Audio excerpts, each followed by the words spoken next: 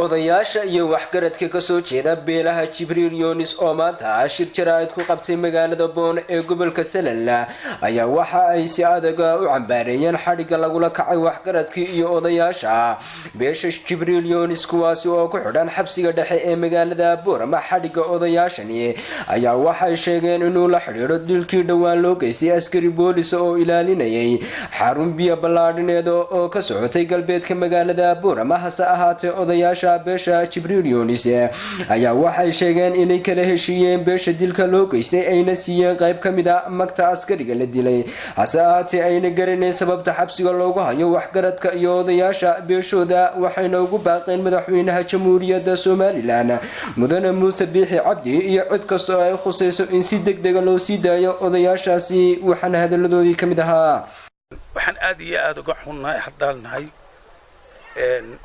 odayaasha degmada Boon ee Jibriil Yunis madaxdii reerka ee odaya dhaqameedkii ayaa muddo 6 cisho ku xidhan Boorama. daba weegba ku dhowbay yaa hadii ku xidhan weegba waxay ku xidhan yihiin caqli baan leenahay haddaan odaya dhaqameedkii degmada Boon nahay. caqligayga way geli weyday wax naga qarsoonina ma jiro intaan anagsan aslaan isleenahay. odayada waxay u xidhmaan iyagu waa kuwa meeshii wax ka dhacaanba nabadgeliyada dawladuna ma hayso. oday salaadiinta cuqaasha iyo Somaliland oo dhan bahaya oo udub dhaxaad oo wixii meel ka dhacaanba gacanta ku dhiga oo dawladda waxay soo gaarsiiyeen iyo waxay ku dhameeyaanba. waxaan leenahay odayada xidhan hala sii daayo.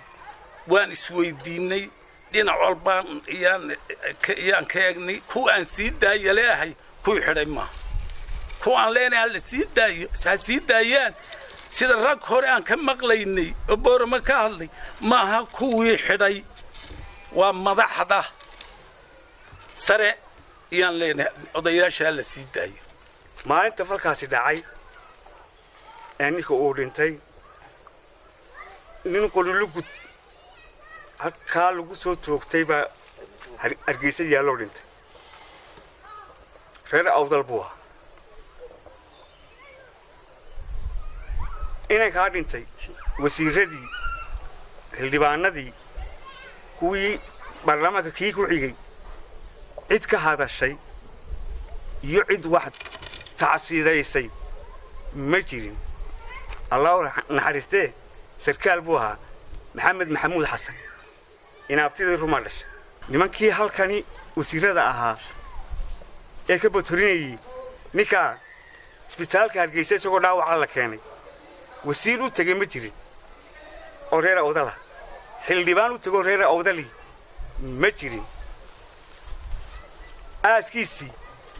nin tago tacsiideeyay ma jirin. sarkaal buu ahaa reer awdala. askarigii halkan lagu dilay waa arkayseen waan ka xumayn.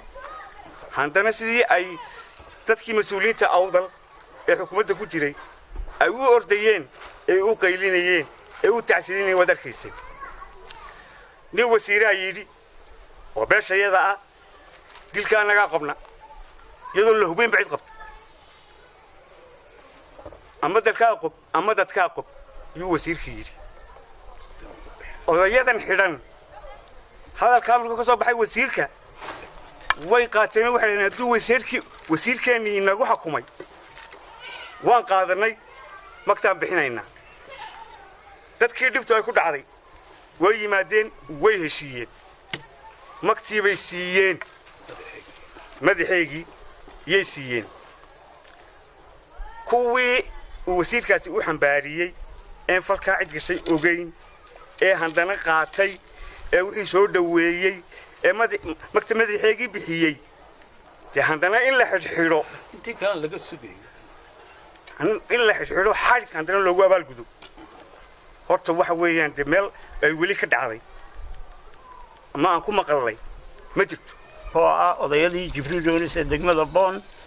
xadhiga oqaasha ku xidhan Boorame 20 caana maal waa 10 maalmo iyo 10 koodii habeen waxay ku xidhan yihiin ma garanayno odayadaasi waxa weeye dib baa dhacday oo ka dhacday Boorame agteeda dibtii way baqtiyeen oo sidii ugu habooneed bay kuwa kale oo ka dhacay 4 bilood muddo ah kaga Boon iyo jira oo xeebta cid wax ka qabatina ma jirto dadkiina waxa weeyaan islama yaaliin waxa weeye waxay ku xidhan yihiin maxaad nabadda u dhalisay maana ku aragnaa wala isweydiiyay haween iyo caruur iyo waayeel intuu isweydiiyay waxay ku xidhan yihiin waan garan weynay maxaad u qabateen nabadda weeyaan nabadda dawladdu ma hayso 99% waxa haya uqaashaas iyaga xakameeya iyaga noo indhaa waxay ku xidhan yihiin ma garanayn mudane madaxweyne TV-ga annagu aan ka xishoonaayo TV-yada kama hadalno waxa weeye waxaan maqli jirnay madaxweyne iyadoo TV-yada laga leeyahay war madaxweynaha wax ka sokeeyay muuna jirin baan lahayn wax ka sokeeyo lagu dacwooday aaway degmooyinkii aaway gobolladii aaway wasiiradii iyaan lahayn ilaa dadku meel ay kaga shilmaan bay madaxweyne waayeen waxaan leenahay madaxweyne odayada xuriyadoodii soo daa maanta waxaan ka codsanaynaa inaad u fiirsato dhibaatada khaasiyan reerkayga haysata haddaan galabsanayna lanagu qaado haddaan galabsanna in la naga daayo dhibaatada lanagula kacayo kolba badha saabka la keeno nagula kacayo iyo arrimahaas taasaan kaa codsanaynaa odayaashaan aad soo siiso xornimadooda hadday dembi galeenna lanayna dembigaabay galeen oo maxkamad lanoo geeyo laakiin bildhan lagu hayn maayo isheeshiga 30 oday in kalena waa lagu daruunde shalay baada la xiro oo suldaana dembi oo galma jirteen inamadiisa dhibaateed geystay waa la xiray abshir baa la xiray khalaas kolka caaqiloo marka la wada xiray dumarkii caruurta digad lagu soo socday taana waxaan qaadanaynaa ma intaan waan ka anu waxaan leenahay ninkii wanaag sameeyay uu xilay soo qabtabali hadii la soo qabanayna deeligii soo qaban laabuu xilay anu waxyaalaha qalad baan u aragnay waayo waqtiga maanta la joogo nina ilmihiisa ma xukumo nin laga qabo wax dilay iska daay dawladda Soomaaliya dawladda wixii wax dilay Itoobiya la xaajooto kala soo qabsato laakiin anu waxaan u arkaynaa tani waxa weeye